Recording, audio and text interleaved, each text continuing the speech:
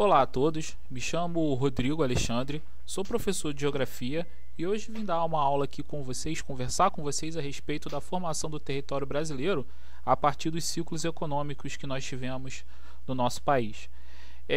Quando a gente fala na ocupação, na formação do território brasileiro, nós temos que ter em mente o quê? O contexto da época, da expansão marítimo-comercial da Europa, onde o objetivo principal dos países europeus, que eram as metrópoles, era simplesmente extrair a matéria-prima que atendesse ao desenvolvimento dos negócios da burguesia comercial europeia. Então, do período colonial até as primeiras décadas do século XX, as atividades econômicas ocupavam as regiões brasileiras. As regiões foram se desenvolvendo para estar mais capacitada a exercer a atividade que era voltada ao mercado externo, tá? E a sucessão dessas atividades ajudou a moldar a ocupação do território brasileiro e a delinear as suas fronteiras. Então, aqui nós estamos vendo aqui nesse slide as principais, atividades econômicas que nós tivemos no Brasil. Com exceção da exploração de metais preciosos, todas as outras atividades que nós tivemos no Brasil, elas foram atividades agrícolas, tá? E todas essas atividades agrícolas, elas eram voltadas ao mercado externo, ou seja, o Brasil, do começo da colônia até mais ou menos as primeiras décadas do século XX, tinham como principal vocação a agroexportação, ou seja, produtos agrícolas que eram plantados, extraídos e voltados em direção ao mercado externo, ou seja, aos países mais desenvolvidos, assim vamos dizer. Então, o nosso primeiro ciclo, vamos assim dizer, econômico, começou pela exploração do pau-brasil. O pau-brasil era uma árvore muito abundante na Mata Atlântica e era sustentada por madeira avermelhada, que tinha grande resistência apropriada para atingir tecidos, fabricar móveis e navios. Essa atividade ela não foi colonizadora, tá? Porque não tinha ocupação e não teve povoação do espaço. Tá? E outra coisa também, o pau-brasil não teve uma grande atração de população vindo de Portugal, de outros países da Europa, de outros lugares para o Brasil. Tá? Aonde nós tínhamos um pouco de, vamos assim dizer, de ocupação, era onde era extraído esse pau-brasil, que se utilizava acima da mão de obra indígena, e era voltado a navios que iam para a Europa. Tá? Então a retirada era feita por mão de obra nativa, os índios, como já falei para vocês, em troca de espécies, de quinquilharias ou sem pagamento nenhum, que eram os trabalhos forçados. Aqui no vídeo aqui eu coloquei para vocês aqui, um exemplo do pau-brasil. Essa tintura avermelhada aqui, digamos o nome de brasilina, tá? E aqui eu tenho algumas imagens para vocês a respeito disso, tá? Os índios coletando pau-brasil, e esse pau-brasil era levado em direção à Europa e servia como tingimento para as roupas da nobreza, que era vermelho. Depois nós tivemos a cana-de-açúcar. A cana-de-açúcar, a partir de 1534, ou seja, de 1500 do descobrimento até 1930 no Brasil, o Brasil ficou meio que desinteressado para Portugal, mas a partir de 1530 a coroa começa a investir na ocupação do território brasileiro. Então, a partir disso, Martim Afonso de Souza lidera uma expedição com o objetivo de ocupar as terras na colônia e começa uma atividade para ocupar as terras na colônia. Nessa época, a cana-de-açúcar estava em alta o seu processo, a sua exportação, vamos assim dizer, o seu produto na Europa. Então a saída foi plantar cana-de-açúcar. Por quê? Porque eles já tinham tido experiências muito bem sucedidas nos Açores e também nas Ilhas Madeiras, territórios portugueses mais próximos à África. Então, a partir disso, a cana-de-açúcar ela teve um impacto muito bom, teve um impacto assim muito bom de extremamente desenvolvimento nas capitanias nordestinas, principalmente em Pernambuco, por conta do solo, do clima e a proximidade com a Europa. E a atividade açucareira, ela foi a primeira atividade que ela ajudou, vamos assim dizer, a atrair interesse dos portugueses para o Brasil, tá? Então as terras eram concedidas a empreendedores que chegavam aqui e faziam as suas atividades. A questão da cana-de-açúcar, ela utilizava o sistema plantation de produção, onde utilizava grande latifúndio de terras, mão de obra escrava, monocultura e voltada totalmente à exportação, tá? Então, junto com a cana-de-açúcar, você também teve o desenvolvimento da pecuária, né? Mais para o interior. Por que para o interior? Para não fazer a ocupação frente com o desenvolvimento da cana-de-açúcar, que era o principal produto a ser exportado nesse momento, tá? Então, o ciclo da cana-de-açúcar perdurou alguns anos, até os holandeses começarem a produzir nas Antilhas. Aí eu coloquei para vocês, né, alguns exemplos aí, né, dos animais que faziam atração, né, da produção de cana-de-açúcar, principalmente eram os escravos que moíam, que faziam tudo nos engenhos. Depois nós tivemos a exploração de metais preciosos, né, ou seja, o ouro, né, que era grande interesse desde que os portugueses chegaram no Brasil. Esse ouro teve uma total mudança mesmo no espaço geográfico da colônia. Por quê? Porque houve um rápido e intenso deslocamento de pessoas para a região mineradora, né, que era nas Minas Gerais, que desde o final do século XVI já tinham conseguido se achar, mas somente no final do século XVIII, né, que começou em meados, do século XVIII, que começou essa ocupação certa, né, dessa região. Então, assim, pessoas de vários lugares da colônia e portugueses saíram em direção a esse lugar para tentar a vida.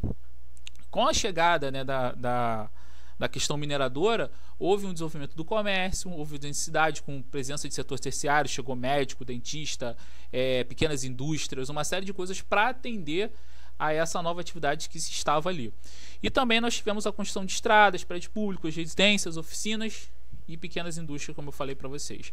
Então, por exemplo, era tão abundante que os escravos pegavam nos leitos dos rios, né, esse ouro era explorado, né? E aqui eu botei para vocês o mapa da Estrada Real, que era a principal ligação da zona produtora com a zona exportadora, ou seja, todo o ouro do Brasil era voltado a Portugal, saindo de dois pontos, do porto do Rio de Janeiro e de Paraty, no sul fluminense.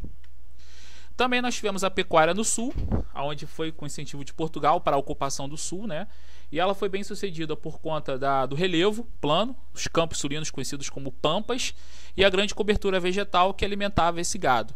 Ali foram criadas estâncias onde você tinha fazendas especializadas na criação de gado.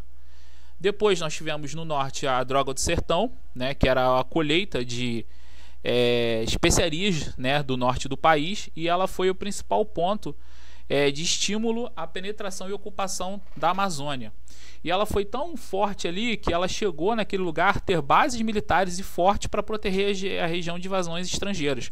E também servia de apoio para os jesuítas, né, que buscavam evangelizar os índios, caçadores de índios e por aí mais. Aí nós temos algum exemplo, né, das drogas do sertão, como Urucum, Guaraná, Castanha do Pará, todas essas situações.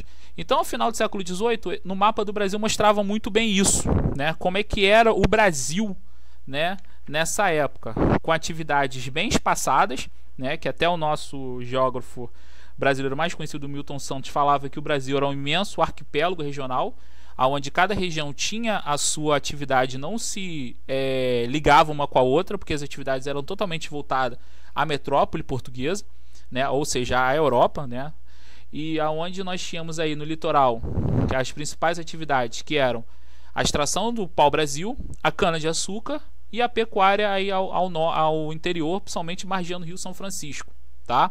E no norte do país nós tínhamos a exploração das drogas do sertão. Aí chegamos ao ciclo do café. O café foi a principal cultura responsável por transformações sociais, econômicas e políticas no Brasil que perduraram durante algum tempo. E o café ele foi tão importante nesse sentido que ele fez diversas mudanças no espaço geográfico brasileiro, como a criação de ferrovias, né, e a ampliação de portos. Com o fim da escravidão, europeus passaram a receber uma relação de trabalho assalariado, ou seja, trabalhavam nas fazendas de café, né, e recebiam salário. Isso permitiu também que houvesse um acúmulo de capitais. E o auge da produção do café foi em São Paulo, né, por conta do solo de terra roxa, conhecido como latossolo. Ele ganhava esse nome por conta dos italianos, né, que olhavam o solo avermelhado e falavam rosso, né, que é uma palavra italiana, e depois o brasileiro adaptou para roxa, tá? Então, o que foi de interessante nessa época? As ferrovias, né, principalmente no estado de São Paulo, elas ligavam Porto de Santos às zonas produtoras no interior paulista, tá? Então nós tivemos grandes ferrovias que ligavam o Porto de Santos à zona de produtoras de café no país, né? Aí nós temos o ciclo do café. No primeiro momento, o trabalho sendo feito pelos escravos negros, e no segundo momento sendo feito por europeus, principalmente por italianos. Depois nós tivemos o ciclo da borracha, né? A borracha ela atraiu muitos, principalmente nordestinos, para o norte do país, porque nessa época, com a segunda revolução industrial, diversas indústrias automobilísticas, né, querendo ter, né, na sua concepção, na sua produção, o látex, que era a matéria-prima, era a borracha para ser utilizada nos carros. Então isso fez com que houvesse muita procura. Então todos os nordestinos, pessoas do Brasil, rumaram em direção ao território que até então era da Bolívia, né, para fazer a produção, ou seja, para a produção, né, do látex nas seringueiras, os chamados seringalistas, né? E isso teve tanta discordância, teve tanto problema com a Bolívia, que chegou a ter um conflito entre o Brasil e a Bolívia pela posse daquele território. A partir disso, né, com a mediação do Barão do Rio Branco, através do Tratado de Petrópolis, houve a criação do Estado do Acre. Esse surto ele durou muito pouco tempo. Por quê? Porque houve o surgimento da borracha sintética na Ásia. E qual era o tamanho de deslocamento? Deslocamento principalmente do produto da zona produtora, né, do interior do Acre, em direção aos portos que levavam para a Europa, né? Então aqui eu coloquei para vocês como é que se dá a exploração, né, do látex, né? O seringalista chega na seringa, faz algumas aberturas no tronco da árvore, dali se escorre uma seiva, e no outro dia ele vai pegar essa seiva. Ele pega essa seiva, leva para uma espécie de um fogo e faz essa borracha ficar sólida. Embaixo aí nós temos o mapa do Acre, tá? Que foi esse estado criado, né, na verdade, pelo Tratado do Barão de Petrópolis, do Barão de Rio Branco, para abrigar essa atividade.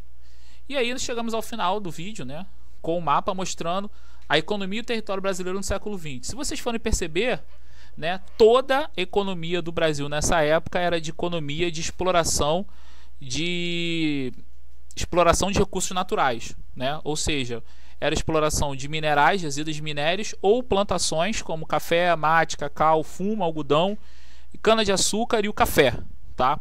E ali em São Paulo, que eu gostaria que vocês fizessem, né, uma boa observada, que se vocês virem os traços da ferrovia e virem a plantação de café, vocês vão ver que elas se ligam, né? Porque as ferrovias no Brasil elas foram construídas somente não com a intenção de deslocamento de pessoas, de fluxo de pessoas, mas com uma única intenção: levar o café da zona produtora ao exportador. Ou seja, todo o desenvolvimento territorial do Brasil, todo o desenvolvimento que a gente vê hoje no Brasil, ele sempre foi feito com o objetivo de atender aos interesses, né, das metrópoles, ou seja, né, da época de Portugal e depois do interesse dos mercados externos. Gostaria de agradecer ao vídeo, né, ao final do vídeo. Qualquer dúvida pode colocar no comentário do vídeo, e até a próxima.